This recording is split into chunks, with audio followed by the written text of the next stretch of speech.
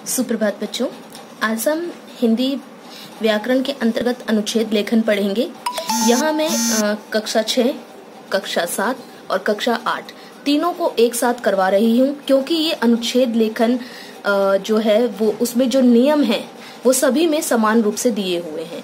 कोई भी नियम ऐसा नहीं है जो छठी कक्षा वाले बच्चों को ना दिया गया हो, 7वीं वाले को दे दिया गया हो। इसमें सभी जो नियम हैं वो सभी में समान रूप से हैं। इसलिए ये वीडियो जो है ये छठी कक्षा, 7वीं कक्षा और 8वीं कक्षा तीनों के लिए समान रूप से है। ठीक है, तो सबसे पहले हम यहाँ से देख लेते हैं क्या बोलते हैं इसमें। ये अनुच्छेद लेखन जो कि क्या होता है, ये किसी विषय संबंधित विचारों व भावों को कम से कम शब्दों में लिखना अनुच्छेद लेखन कहलाता है। ठीक है, हमारे मन के अंदर किसी भी विषय से जुड़े हुए कोई विचार हैं, भाव हैं, उनको हमें कम से कम शब्दों में लिखना है। अगर हम विस्तार से लिखेंगे तो वो निबंध हो जाएगा। ठीक है, इसलिए हमें उसे कम से कम शब्दों में लिखना है, तो उस लेखन को ही हम अनुच्छेद लेखन कहते हैं।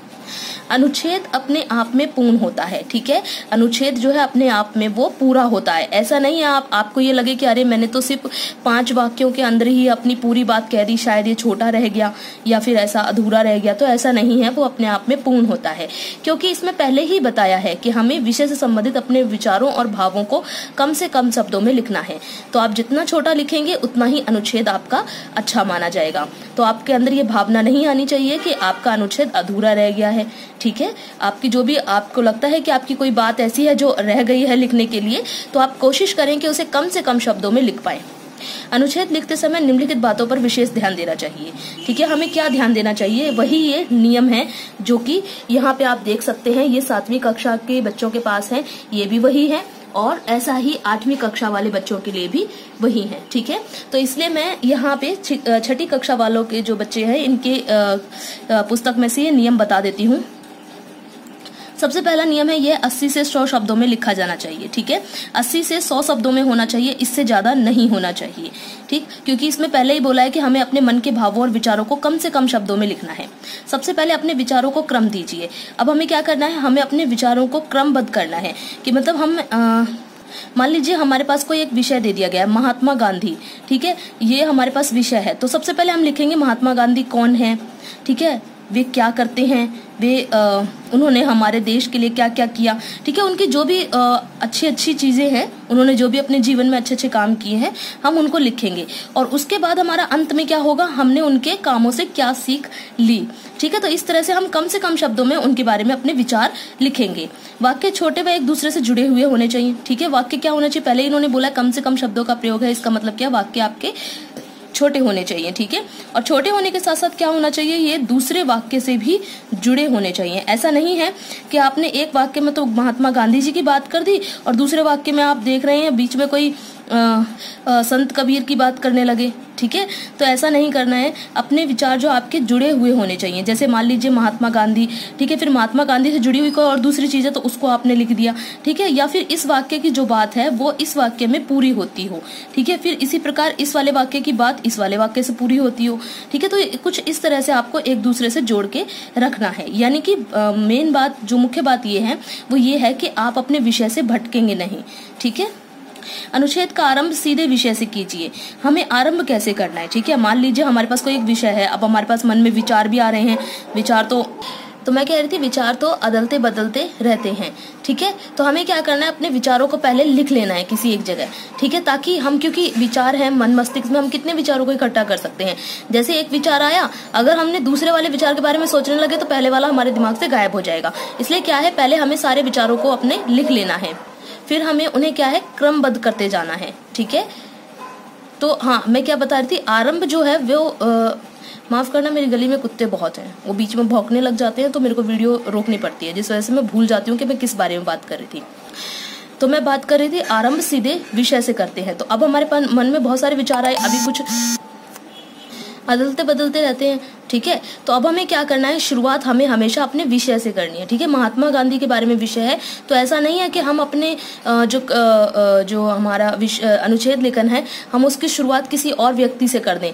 हाँ, या किसी और सिचुएशन या हम किसी और घटना से शुरुआत कर दें, ऐसा नहीं है। हमें क्या करना है, अपनी शुरुआत हमेशा विषय से ही करनी है। मतलब महात्मा गांधी है तो हम सीधे लिखेंगे कि महात्मा गांधी एक महान आत्मा है। ठीक है, या स्वतंत्रता सेनानी है, या हमारे देश के बापू हैं, लोग उन्हें प्यार से बापू कहते हैं, कि कुछ भी इस तरह से आप शुरुआत कर सकते हो। ठीक है, तो मतलब है कि आपका विषय से ही आरंभ होना चाहिए। अब भाषा आपकी सरल होनी चाहिए, क्योंकि आपने अनुच्छेद लेखन किया है, मतलब अपने मन के विचारों और भावों को लिखा है। पर लेकिन अगर आपके मन के विचार भाव जो आपने लिखे हैं वो क्लिष्ट भाषा यानी बहुत ही मुश्किल भाषा में लिख दिए, मतलब आपने जो शब्द चुने हैं वो बहुत ही अतरंगी से है, जो कुछ लोगों को नहीं भी पता है, तो लोग आपकी बात को कैसे समझेंगे या आपके लिखे हुए को कैसे समझेंगे कि आपके मन में क्या विचार आया किसी भी विषय को लेकर के। ठीक है, तो इसलिए भाषा सरल होनी चाहिए। सरल का मतलब ये है कि ऐसी भाषा हो जो सभी को समझ में आ सके। भाषा स्पष्ट होनी चाहिए, मतलब आपने जो भी लिखा है वो एकदम स्पष्ट होना चाहिए ताकि पढ़ने में कोई दिक्कत ना हो। रोचक होना चाहिए, ये बहुत जरूरी है। रोचक होना चाहिए, क्यों होना चाहिए? अब देखिए, आपने कोई अपने मन के विचार लिखे, ठीक है, जब तक उसमें रोचकता नहीं होगी कोई भी व्यक्ति उसे क्यों पढ़ेगा? जब उसको पढ़, जैसे मान लीजिए आपने इतना बड़ा कोई एक अनुच्छेद लिखा, व्यक्ति ने यहाँ से पढ़ना शुरू करा, अब आपने उसमें ऊल जुलूल बातें लिखी हुई, तो अब क्या करेगा? पढ़ते पढ़ते क्या कहेगा वो व्यक्ति? ये तो बहुत ही बोरिंग है, हटाओ, मैं नहीं पढ़ता इसे।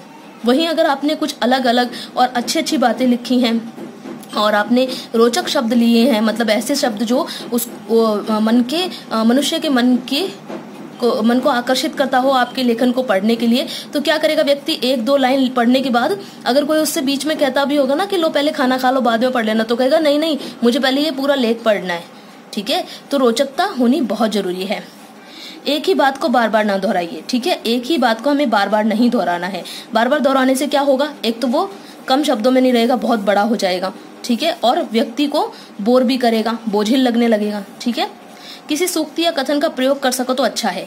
सूक्ति या कथन जो आपने मुहावरे या लोकोक्ति पढ़ते हो ना, या किसी भी व्यक्ति ने, कोई भी महान व्यक्ति है, उसने कोई भी अच्छी बात कही है, तो आप उन सबको भी अपने अनुच्छेद के अंदर लिख सकते हैं। अगर आप लिखते हैं तो ये आपका अनुच्छेद और अच्छा माना जाएगा।